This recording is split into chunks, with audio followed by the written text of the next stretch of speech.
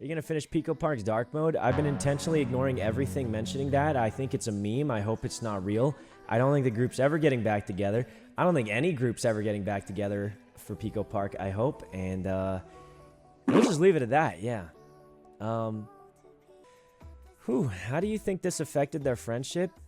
I'm going to say for some, definitely better. And for some... Well, for some definitely better. And we'll just leave it at that. I think for me and Toast, it definitely went better. Like, I feel like throughout that entire thing, like, me and Toast never really gave up. Does that make sense? Does that, I don't know if that makes sense. Like, throughout the entire thing, there was never a time at which my brain stopped trying to succeed. And I think the same thing happened for Toast. And I think, for at least for me, I feel like that's a big... How do I describe it? A big thing.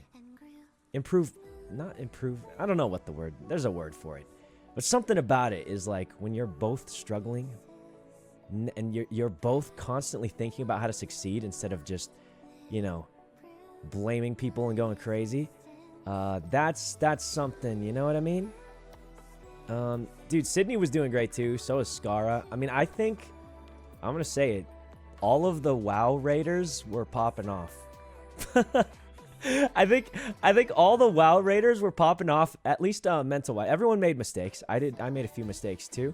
But I genuinely think all the WoW raiders were actually popping off mental-wise. Because they're just used to messing up, and they're used to being like, okay, we messed up, but we can just do it better. What'd you play? We played Pico Park, and it was a journey.